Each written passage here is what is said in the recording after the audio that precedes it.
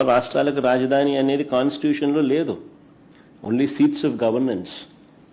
ఈ ఫ్యాక్ట్ నిజంగా కూడా ఎవరు కూడా మర్చిపోకూడదు.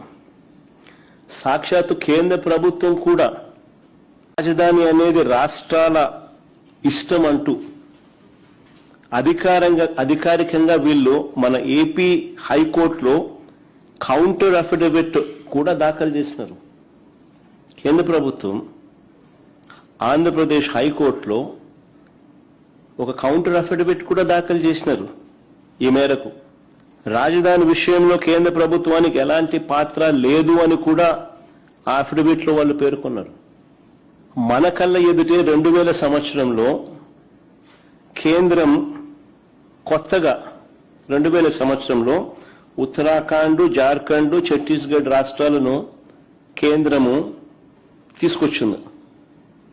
మన కళ్ళ ముందునే 2000 సంవత్సరంలో. ఆ రాష్ట్రాలకు రాజధానులు ఎలా వచ్చాయి? కేంద్రం ఏదైనా డిసైడ్ చేసిందా? కేంద్రం నిర్ణయించలేదే. ఆయా రాష్ట్రాలు వాళ్ళు నిర్ణయించుకున్నారు. మరి ఎవరికి వర్తించింది?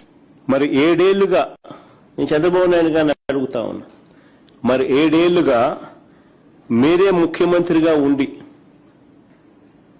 మొదటి టర్మ్ 5 సంవత్సరాలు, తర్వాత ఇప్పుడు 2 సంవత్సరాలు,